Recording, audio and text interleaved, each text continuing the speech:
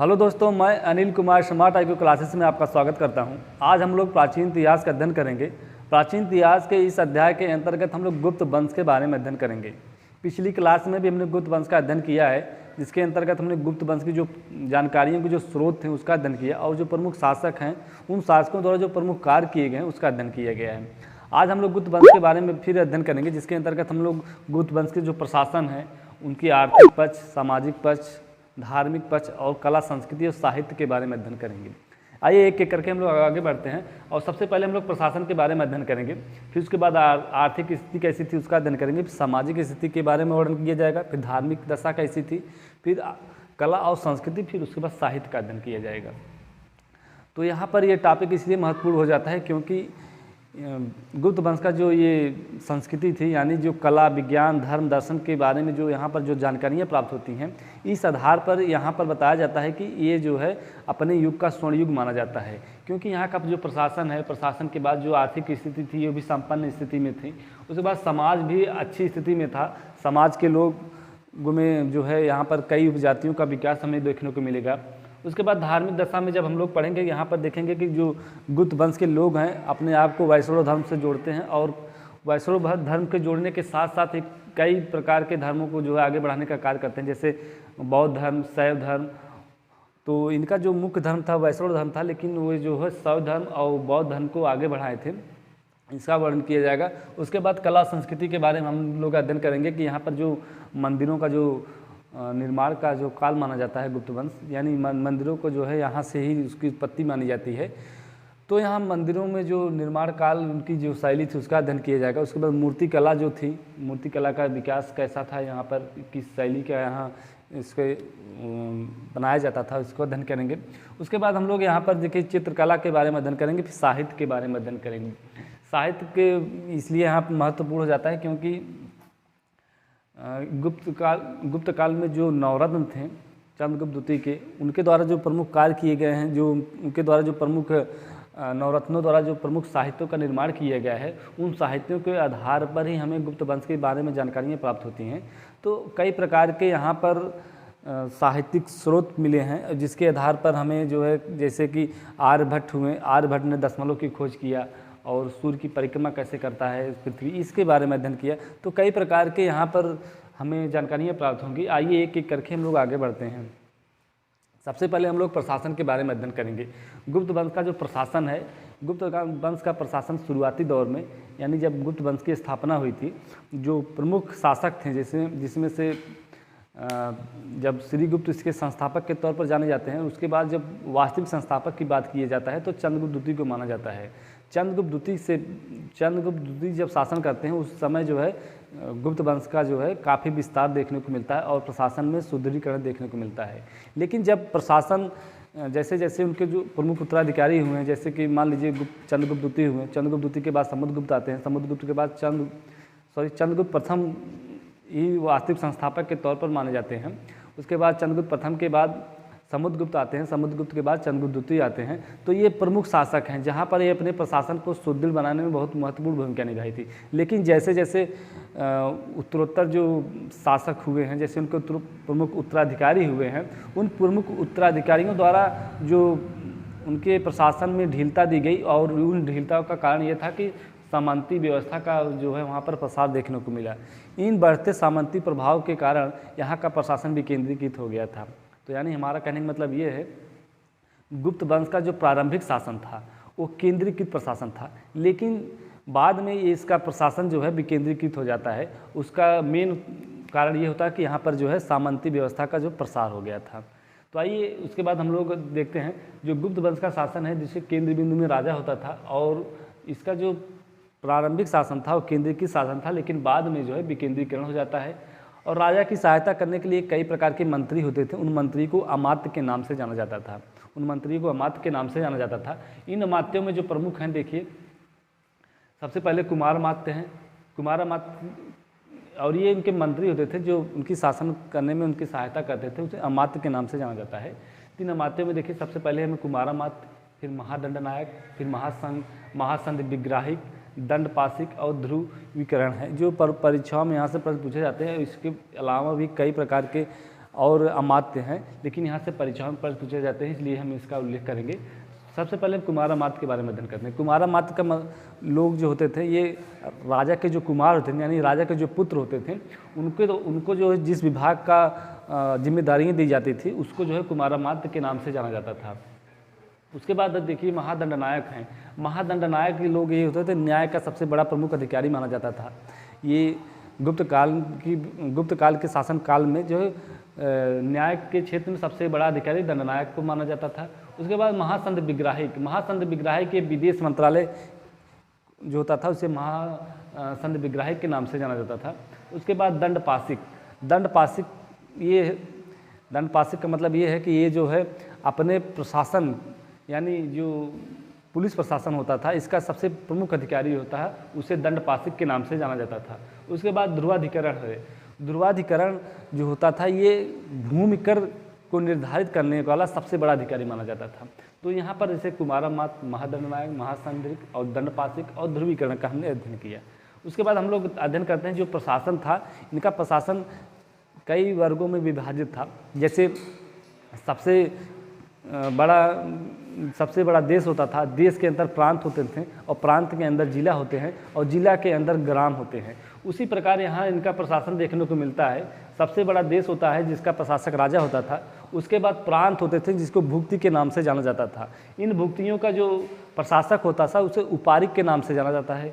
उसके बाद जिला होते थे, जिला को विषय के नाम से जाना जाता है। उस विषय का जो सबसे बड़ा अधिकारी होता था उसे विषयपति के नाम से जाना जाता है।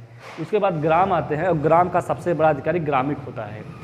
उसके अलावा भी कुछ और अन्य प्रांत हैं, जैसे सीमांत प्रांत हैं। सीमांत प्रांत का मतलब ये होता है कि जो उनके राज्य का सीमावर्ती क्षेत्र होता था, उस प्रांत के जो प्रमुख अधिकारी होता था, यानी उस प्रांत का सबसे बड़ा प्रशासक जो होता था उसे गोप्ता के नाम से जाना जाता है।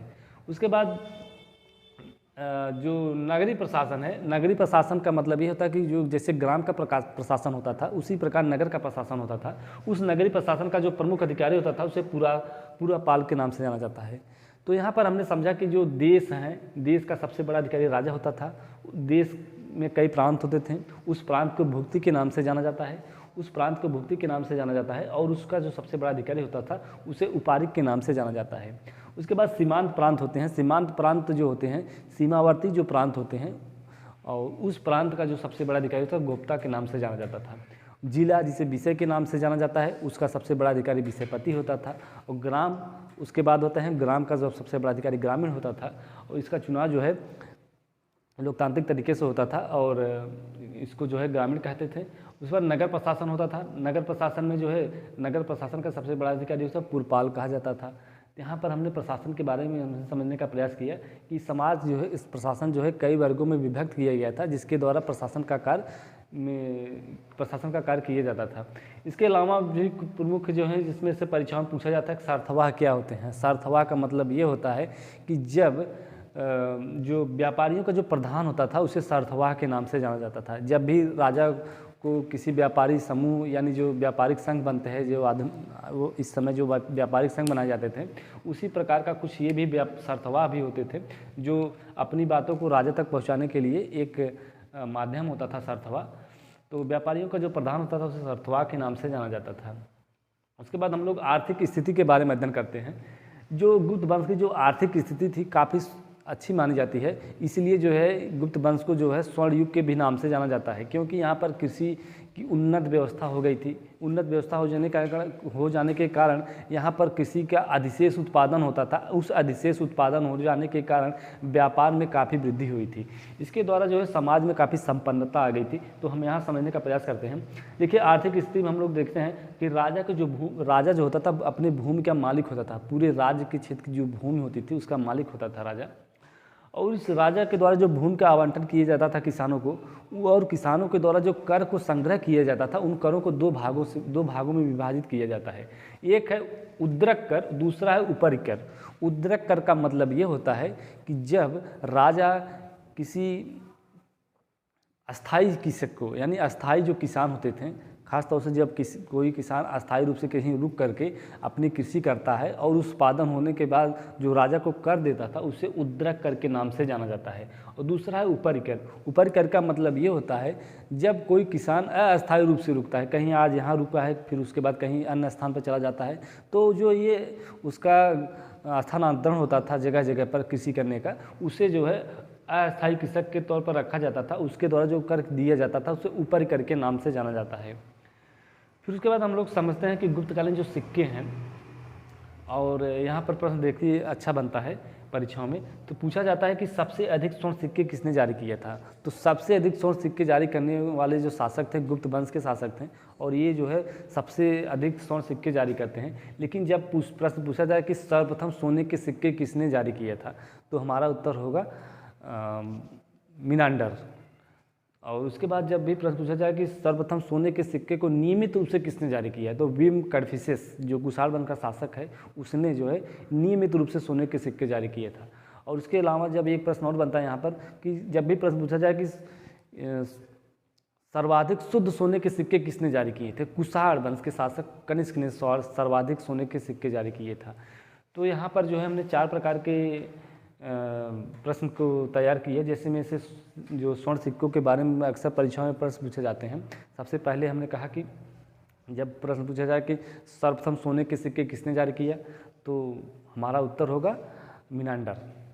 और उसके बाद जब पूछा जाए कि सर्वप्रथम नियमित रूप से सोने के सिक्के किसने जारी किया, तो हमारा उत्तर होगा विम कड़फिसेस जो कुषाण वंश का शासक है। उसके बाद एक प्रश्न और बनता है कि जब पूछा जाए कि सर्वप्रथम शुद्ध सोने के सिक्के किसने जारी किया था, तो सर्वप्रथम शुद्ध सोने के सिक्के सर्वाधिक सोने के सिक्के किसने जारी किया था, तो हमारा उत्तर होगा कनिष्क।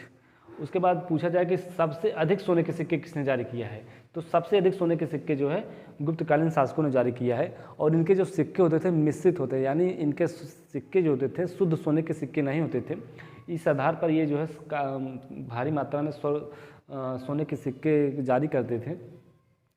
उसके बाद हम लोग आगे बढ़ते हैं, और जो इनके स्वर्ण सिक्के होते थे, इन स्वर्ण सिक्कों को जो दिनार के नाम से जाना जाता है, और जो चांदी के सिक्के होते हैं उन्हें रूपक कहा जाता है। और अक्सर परीक्षाओं में पूछा जाता है दिनार क्या है, तो दिनार जो है सोने के सिक्कों को कहा जाता था, और रूपक का मतलब यह था चांदी के सिक्के को रूपक कहा जाता था।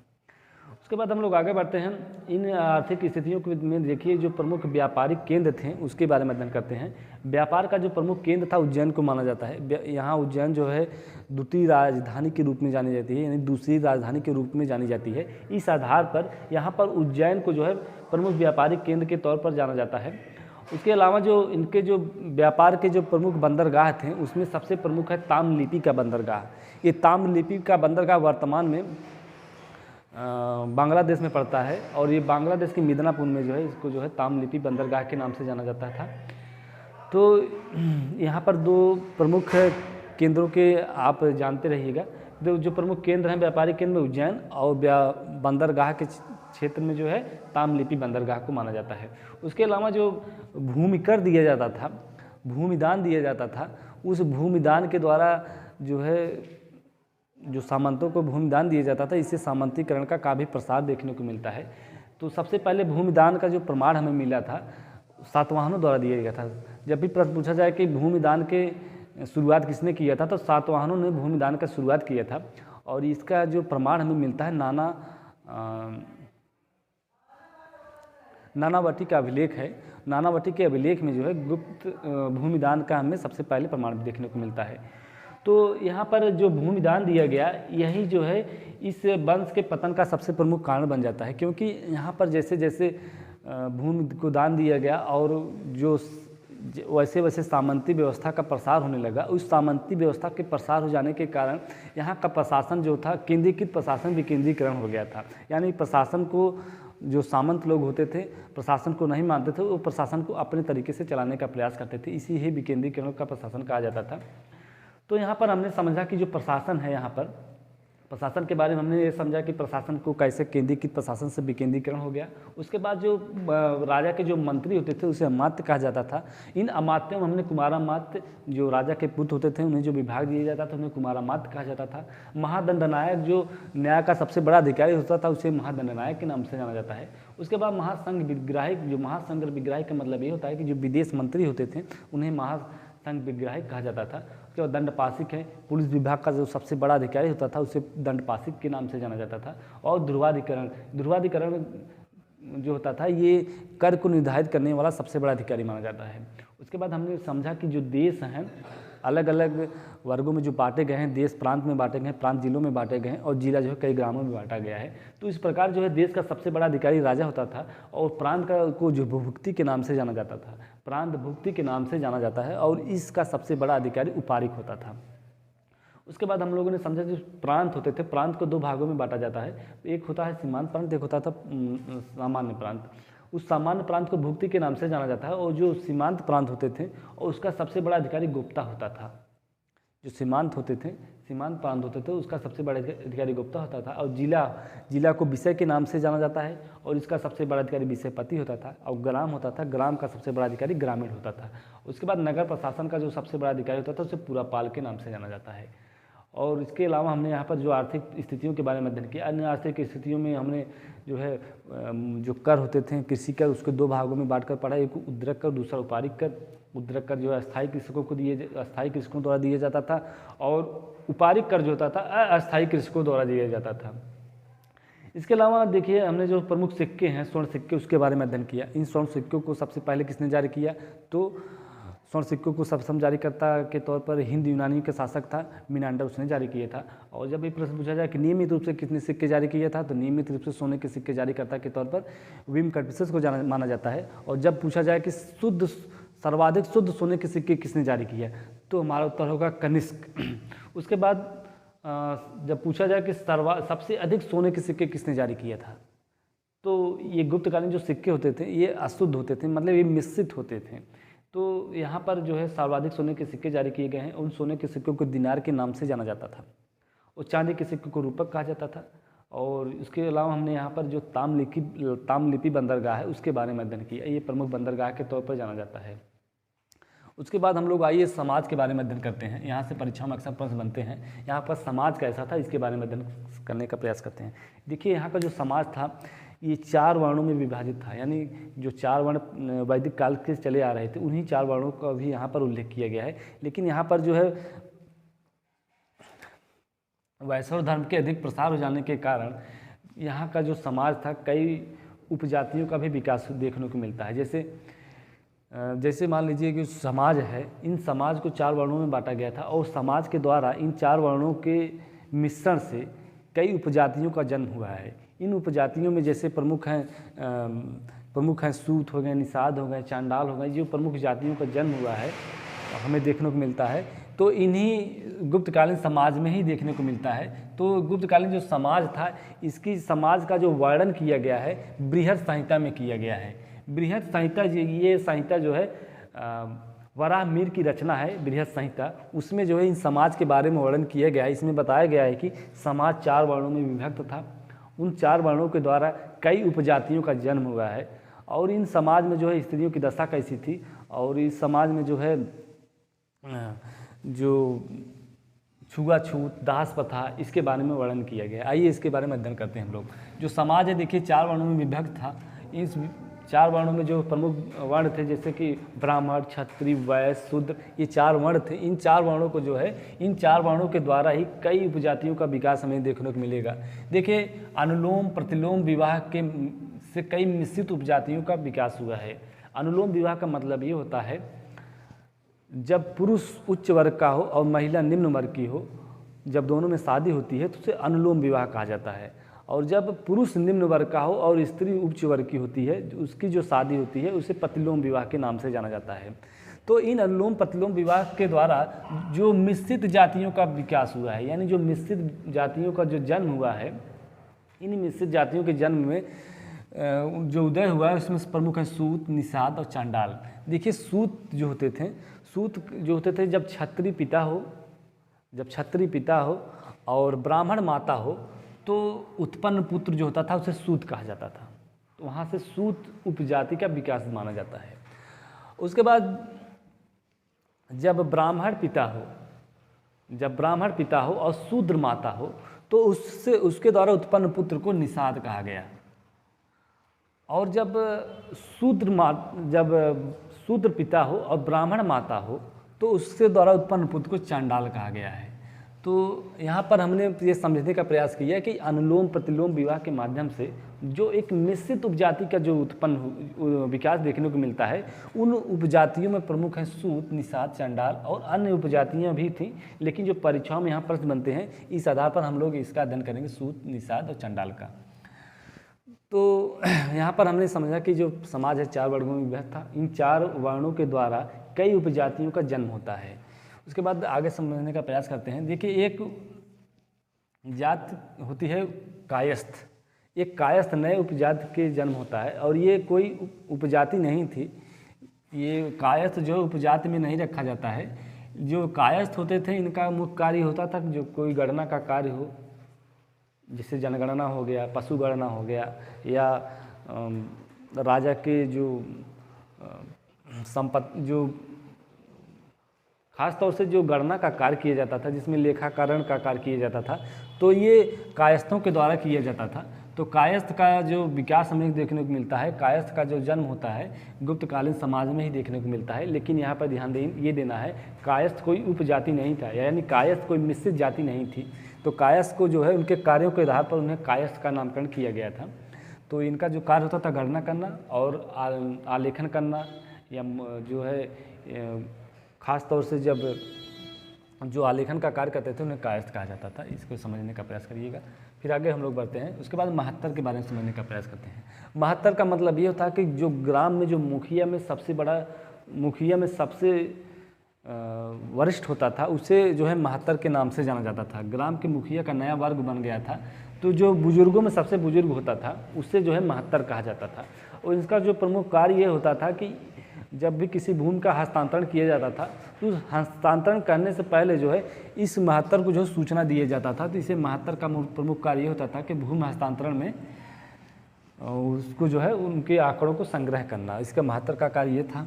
उसके बाद हम लोग समझने का प्रयास करते हैं। अस्पृश्यता बढ़ चुकी थी। देखिए, यहाँ पर छुआछूत अस्पृश्यता बढ़ चुकी थी। इसका प्रमाण जो है बृहद संहिता में हमें देखने को मिलता है। उसके अलावा जब फाहियान भारत आता है, फाहियान जब भारत आया था और उस दौरान जो है फाहियान बताता है कि यहाँ पर जो है छुआछूत अस्पृश्यता अपने व्यापक स्तर पर पहुँच चुकी थी। क्योंकि यहाँ पर जब शूद्र के जात के लोग जब सड़क पर गुजरते थे तो पूरा सड़क खाली कर दिया जाता था और जब वो चले जाते तो सड़क की धुलाई की जाती थी। तो यहाँ पर जो है देखिए अस्पृश्यता बढ़ चुकी थी और यहाँ पर दास की स्थिति में काफ़ी गिरावट आ चुकी थी। हमने मौर्य वंश का जब अध्ययन किया था तो उसमें बताया था कि दासों की स्थिति काफ़ी अच्छी मानी जाती थी। दास एक परिवार सदस्य की तरह रहते थे और उनके साथ वैसा व्यवहार किया जाता था। लेकिन यहाँ पर जो दास होते थे उनकी स्थिति में काफ़ी गिरावट आ चुकी थी, उन्हें हीन भावना से देखा जाता था। उसके बाद हम लोग आगे बढ़ते हैं। देखिए, स्त्रियों की दशा के बारे में अध्ययन करते हैं। जो स्त्रियों की दशा यहाँ पर थी, स्त्रियों की दशा काफ़ी अच्छी मानी जाती है, लेकिन कुछ ऐसे प्रमाण में देखने को मिलते हैं जिसके आधार पर हमें जानना पड़ता है कि यहाँ पर भी स्त्रियों की दशा काफ़ी अच्छी नहीं थी। लेकिन देखिए, जो एरण अभिलेख है उसमें बताया जाता है कि दास सती प्रथा के प्रमाण पाए जाते हैं। एरण अभिलेख को जो है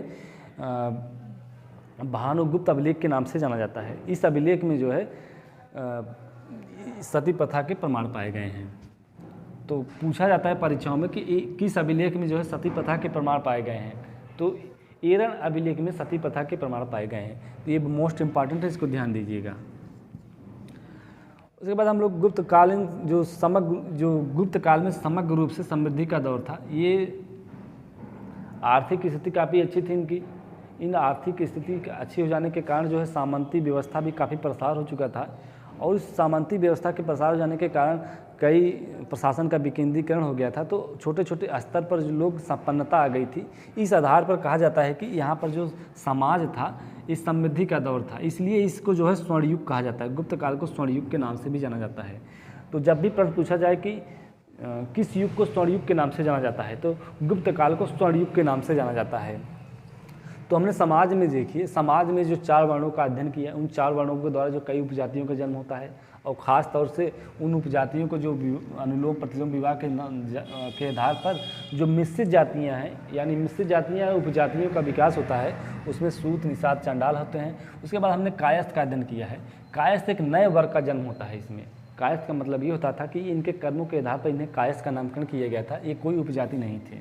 उसके बाद हम लोग जो है एरन अभिलेख का अध्ययन किया। एरन अभिलेख में यह साक्ष्य पाया जाता है कि यहाँ पर सती प्रथा के प्रमाण पाए गए हैं। उसके बाद हम लोग देखिए धार्मिक दशा के बारे में अध्ययन करते हैं। ये काफ़ी इम्पोर्टेंट हो जाता है। देखिए जब गुप्तों का जो धर्म था, गुप्त शासकों का जो राजकीय धर्म था वो वैष्णव धर्म से संबंधित थे। इनका एक राजकीय धर्म था वैष्णव धर्म, उस आधार पर ही अपने धर्म का प्रचार भी करते थे। साथ ही साथ अन्य धर्मों को भी आगे बढ़ाने का कार्य इन्होंने किया है। देखिए परंतु अन्य धर्मों के प्रति इतने सहिष्णु थे, ये अन्य धर्मों का विरोध नहीं करते थे। खासतौर से जैसे इनको ये वैष्णव धर्म से थे और ये शैव धर्म और बौद्ध धर्म को भी आगे बढ़ाने का कार्य किया है इन्होंने। उसके बाद आगे बढ़ते हैं जी ये जो है परम भागवत की उपाधि धारण करते थे। ये परम भागवत की उपाधि धारण करते थे। खासतौर से ये वैष्णव धर्म से संबंधित थे, इसलिए जो है परम भागवत की उपाधि धारण करते थे। और गरुड़ इनका जो है राजकीय चिन्ह था। और प्रश्न यहाँ बनता है कि किस वंश के शासकों का राजकीय चिन्ह गरुड़ था? तो गुप्त वंश के शासकों का राजकीय चिन्ह गरुड़ था। ये परीक्षाओं के लिए इंपॉर्टेंट है, इसको ध्यान दीजिएगा। उसके बाद आगे बढ़ते हैं हम लोग। शैव धर्म में अर्धनारीश्वर की मूर्ति पाई गई है। शैव धर्म में जो अर्धनारीश्वर की मूर्ति है, अर्धनारीश्वर का मतलब ये है कि भगवान शिव और माता पार्वती का जो दोनों को जो है अर्धनारीश्वर के रूप में जाना जाता है। तो यानी आधा नर आधा स्त्री, तो शिव और पार्वती के जो शरीर है वहाँ पर अर्धनारीश्वर के रूप में जाना जाता है। तो अर्धनारीश्वर के रूप में शिव की कल्पना किया गया है, शिव और पार्वती का कल्पना किया गया है। उसके अलावा जो है त्रिमूर्ति की संकल्पना की गई है। त्रिमूर्ति की संकल्पना का मतलब ये है, यहाँ पर विष्णु भगवान और भगवान शिव और विष्णु शिव और ब्रह्मा तीनों को जो है त्रिमूर्ति के नाम से जाना जाता है। यहाँ पर धार्मिक दशा में देखिए कई जो है हमें बदलाव देखने को मिला है कि एक वैष्णव धर्म का जो है काफ़ी प्रचार देखने को मिला। उसके साथ ही साथ जो शासक हैं अपने धर्म के साथ साथ अन्य धर्मों को भी प्रसार करने में सहिष्णु थे, यानी अन्य धर्मों को प्रचार करने में भी आगे थे ये लोग। उसके अलावा ये लोग जो है परम भागवत की उपाधि धारण करते थे और उनका जो राजकीय चिन्ह था गरुड़ था। अर्धनारीश्वर की मूर्ति पाई गई है, अर्धनारीश्वर के रूप की कल्पना की गई है और साथ ही साथ जो है त्रिमूर्ति की संकल्पना की गई है। तो यहाँ पर हमने जो है धार्मिक दशा के बारे में अध्ययन किया। आइए उसके बाद हम लोग कला और संस्कृति के बारे में अध्ययन करते हैं। यहाँ से परीक्षाओं में अक्सर प्रश्न बनते हैं। तो कला और संस्कृति के बारे में बताया जाता है कि जो ये युग था सामाजिक तौर पर भी समृद्धि के लिए जो है स्वर्ण युग माना जाता है। साथ ही साथ जो है कला और संस्कृति के क्षेत्र में भी स्वर्ण युग माना जाता है। तो इसको ध्यान दीजिएगा, कला और संस्कृति के क्षेत्र में भी स्वर्ण युग माना जाता है।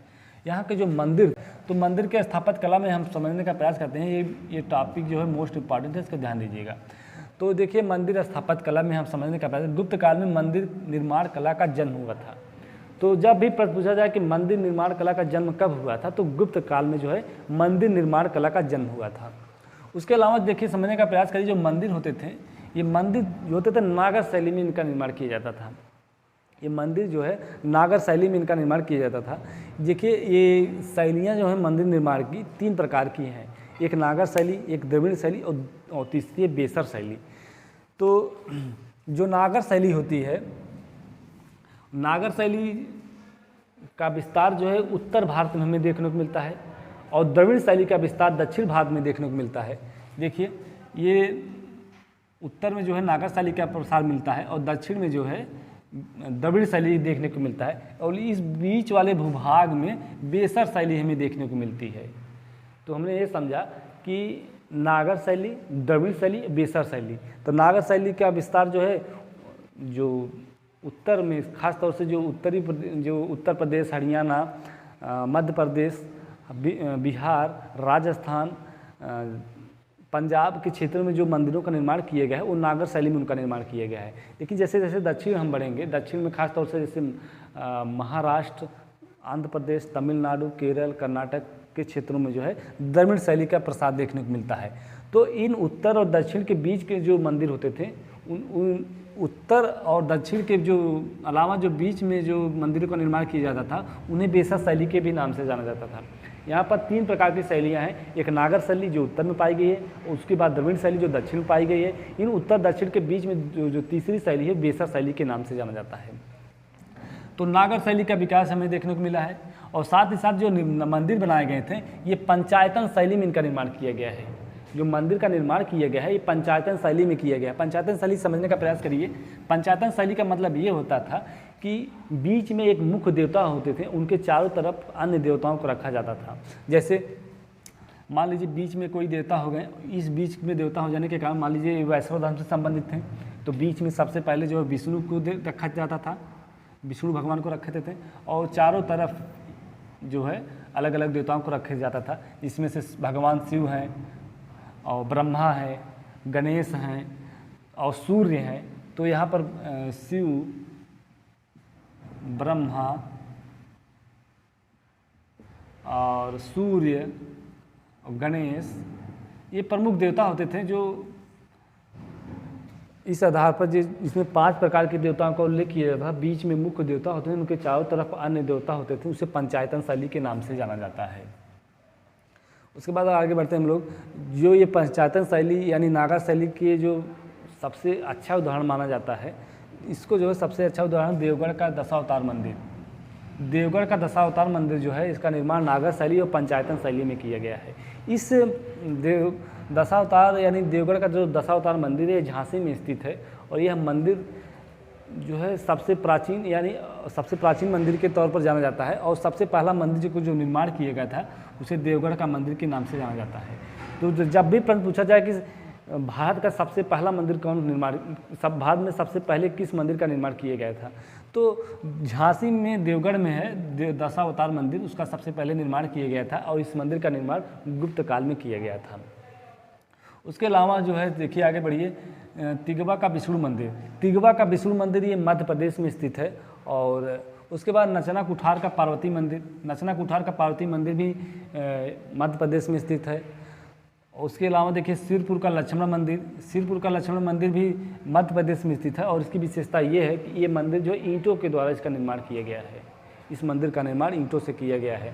तो आइए इसको समझने का प्रयास करते हैं, फिर आगे बढ़ते हैं। हमने कहा जो मंदिर था, मंदिर सबसे पहला मंदिर बनाने का जो शुरुआत की गई थी ये गुप्त काल में किया गया था। उसके अलावा जो मंदिर होते थे इनकी जो शैलियाँ होती थी, नागर शैली और पंचायतन शैली के द्वारा जो है इस मंदिर का निर्माण किया जाता था। इन दोनों शैलियों को जो प्रमाण हमें देखने को मिलता है, देवगढ़ का दशावतार मंदिर है, उसमें जो है इस मंदिर के देखने को हमें प्रमाण मिलता है। इस मुख्य केंद्र में कोई मुख्य देवता होते थे, उनके चारों तरफ अन्य देवताओं को रखा जाता था। इसे पंचायतन शैली के नाम से जाना जाता है। तो दशावतार मंदिर झांसी में है। उसके बाद तिगवा विष्णु का मंदिर। तिगवा का विष्णु मंदिर ये भी एमपी में है। नचना कुठार का पार्वती मंदिर ये मध्य प्रदेश में स्थित है। और शिवपुर का लक्ष्मण मंदिर ये इसकी प्रमुख विशेषता ये है कि ये जो है ईंट से निर्मित मंदिर है। तो यहाँ पर हमने जो है मंदिरों के बारे में अध्ययन किया। उसके बाद हम लोग आगे बढ़ते हैं। जो मूर्ति कला है इसके बारे में प्रश्न बनते हैं, और यहाँ से मोस्ट इम्पॉर्टेंट है, इसको ध्यान दीजिएगा। तो गुप्त काल के दौरान जो मंदिरों का जो मूर्तियाँ को निर्माण किया गया था, देखिए खास तौर से बुद्ध के संबंधित यहाँ प्रश्न बनते हैं बुद्ध के लिए। तो मथुरा में खड़े हुए बुद्ध की मूर्ति पाई गई है। तो जब भी प्रश्न पूछा जाए खड़े हुए बुद्ध की मूर्ति कहाँ पाई गई थी, यानी गुप्त काल में जो खड़े हुई मूर्तियों का निर्माण किया गया था, कहाँ उसका निर्माण किया गया था, तो मथुरा में जो है खड़े हुए बुद्ध की मूर्ति पाई गई है। और सारनाथ में बैठे हुए बुद्ध की मूर्ति पाई गई है। तो सारनाथ में बैठे हुए बुद्ध की मूर्ति पाई गई है। तो गुप्त काल में मथुरा में जो मूर्तियों का निर्माण किया गया है बुद्ध की, वो खड़ी हुई मूर्तियां हैं। लेकिन जो वही मूर्ति गुप्त काल में जो सारनाथ में जो मूर्तियां पाई गई हैं गुप्तकालीन, वो बैठी हुई मूर्तियां पाई गई हैं, इसको ध्यान दीजिएगा। उसके अलावा जो सारनाथ का जो धमेक स्तूप है, इस धमेक स्तूप का निर्माण जो है गुप्त काल में ही किया गया है। तो सारनाथ का जो धमेक स्तूप है इसका निर्माण जो है गुप्त काल में किया गया है। चित्रकला के बारे में अध्ययन करते हैं। चित्रकला यहाँ पर परीक्षाओं में 2 प्रकार की चित्रकलाओं का वर्णन किया जाता है, पर पूछा जाता है। तो एक है अजंता की चित्रकला, दूसरा है बाघ चित्रकला। अजंता की चित्रकला जो है अजंता की गुफाओं में किया गया है। अजंता की गुफा जो है महाराष्ट्र के औरंगाबाद जिले में स्थित है। इस गुफा की खोज जो है जेम्स अलेक्जेंडर महोदय ने किया था, और इस गुफा में कुल 29 गुफाएँ बनाई गई हैं। 29 गुफाओं में गुफा संख्या 16, 17 और 19 गुप्त काल से संबंधित है। और 16, 17, 19 में जो चित्रकारियाँ की गई हैं वे गुप्त काल में किया गया है। और इसलिए पूछा जाता है कि किस वंश ने जो है गुफाओं में चित्रकारियाँ की हैं, अजंता की गुफाओं में किस वंश ने चित्रकारियाँ की हैं, तो हमारा उत्तर होगा गुप्त वंश के शासकों ने जो है अजंता की गुफाओं में चित्रकारियाँ की हैं। और दूसरा है बाघ चित्रकला। बाघ चित्रकला ये बाघ की गुफाओं में स्थित है और बाघ की गुफा में कुल 9 गुफाओं का निर्माण किया गया है। इन 9 गुफाओं में जो चित्रकारियाँ की गई हैं, खास तौर से यहाँ पर नृत्य को दिखाया गया है और समाज के बारे में दिखाया गया है। तो इसके जो प्रमाण हमें देखने को मिलते हैं बाघ चित्रकला में, इसका निर्माण जो है बाघ की गुफाओं में किया गया है। बाघ की गुफा जो है ग्वालियर में स्थित है। उसके बाद हम लोग साहित्य के बारे में अध्ययन करते हैं। साहित्य के क्षेत्र में देखिए जो प्रमुख रचनाकार हैं, खासतौर से कालिदास, शुद्रक, आर्यभट्ट, बराहमीर, बाणभट्ट, इनके द्वारा जो प्रमुख रचनाएँ किए गए हैं, यहाँ से परीक्षाओं पर बनते हैं। देखिए ध्यान दीजिएगा, कालिदास जो है चंद्रगुप्त द्वितीय के दरबार में रहते थे और उनके द्वारा जो प्रमुख रचनाएं की गई है, देखिए मालिकाग्निमित्रम है। मालिकाग्निमित्रम मालविका और अग्निमित्र के प्रेम विवाह का वर्णन किया गया है। और दूसरा अभिज्ञान शाकुंतलम है, रघुवंशम है, कुमार संभवम है और मेघदूतम है। तो यहाँ पर कालिदास की जो प्रमुख रचना है, यहाँ से परीक्षाओं में अक्सर प्रश्न बनते हैं। तो किसी एक रचना का नाम दे देगा और पूछेगा कि इसके रचनाकार कौन है। तो ध्यान दीजिएगा, कालिदास की रचना है मुख्य रूप से जहाँ परीक्षाओं में प्रश्न पूछे जाते हैं। उसके अलावा देखिए शुद्रक का है। शुद्रक की रचना है मृच्छकटिक्कम। शुद्रक की रचना है मृच्छकटिक्कम। और उसके बाद विशाख दत्त की रचना है मुद्रा राक्षस। विशाख दत्त की रचना है मुद्रा राक्षस। उसके बाद आर्यभट्ट की रचना है ये आर्यभट्ट जो है दशमलव प्रणाली की खोज किए हैं। ये मोस्ट इम्पॉर्टेंट बन जाता है कि दशमलव प्रणाली की खोज किसने किया था, तो आर्यभट्ट ने किया है। उसके अलावा जो है सूर्य ग्रहण और चंद्र ग्रहण के बारे में हमें जानकारियाँ दी हैं। सूर्य ग्रहण और चंद्र ग्रहण के बारे में हमें जानकारियाँ कहाँ से प्राप्त होती हैं? सर्वप्रथम जो है आर्यभट्ट ने बताया था कि सूर्य ग्रहण कैसे होता है, चंद्र ग्रहण कैसे होता है। इसके अलावा जो पाई की खोज किए थे, पाई की खोज किए थे, इन्होंने बताया था कि पाई का जो मान है 3.14 होता है। तो सबसे पहले जो है आर्यभट्ट ने जो है बताया था कि दशमलव प्रणाली, उसके बाद सूर्य ग्रहण, चंद्र ग्रहण के बारे में बताया है। इसके अलावा इन्होंने ये बताया था कि पृथ्वी जो है सूर्य का चक्कर लगाती है और सूर्य का चक्कर जो है पृथ्वी जो है सूर्य का चक्कर लगाती है। इसके जो है प्रमाण हमें आर्यभट्ट ने दिया था। उसके अलावा बराहमीर हैं। बराहमीर के ने भी जो है पंच सिद्धांतिका दिए थे। पूछा जाता है पंच सिद्धांतिका किसने दिया था, तो बराहमीर ने दिया था। इसके अलावा बराहमीर के द्वारा जो प्रमुख कार्य किए देखिए, पृथ्वी तथा चंद्रमा की परिक्रमा के बारे में इन्होंने बताया था। तो पृथ्वी जब पूछा जाए कि देखिए यहाँ पर 2 प्रकार के प्रश्न बनते हैं। जब पूछा जाए कि सूर्य ग्रहण चंद्र ग्रहण के बारे में किसने बताया था, तो सूर्य ग्रहण चंद्र ग्रहण के बारे में हमें जो है सर्वप्रथम आर्यभट्ट से जानकारियाँ प्राप्त होती हैं। और बराहमीर के द्वारा बताया गया था कि पृथ्वी की चारों तरफ चंद्रमा चक्कर लगाती है। इसका जो प्रमाण हमें बराहमीर के द्वारा दिया गया था। उसके बाद बाणभट्ट हैं। बाणभट्ट एक आयुर्वेदिक शास्त्र थे और इनकी जो प्रमुख रचना है अष्टाध्यायी है, अष्टांग हृदय है। इनकी बाणभट्ट की रचना है, ये आर्यभट्ट से संबंधित है। इनकी रचना है अष्टांग हृदय। तो हमने यहाँ पर जो है कला और संस्कृतियों के बारे में अध्ययन किया है, प्रशासन के बारे में अध्ययन किया, आर्थिक स्थिति, सामाजिक स्थिति कैसी थी, इसके बारे में अध्ययन किया। तो यहाँ पर जो है गुप्त काल को हमने समाप्त किया है। अब मिलते हैं नेक्स्ट क्लास में। धन्यवाद।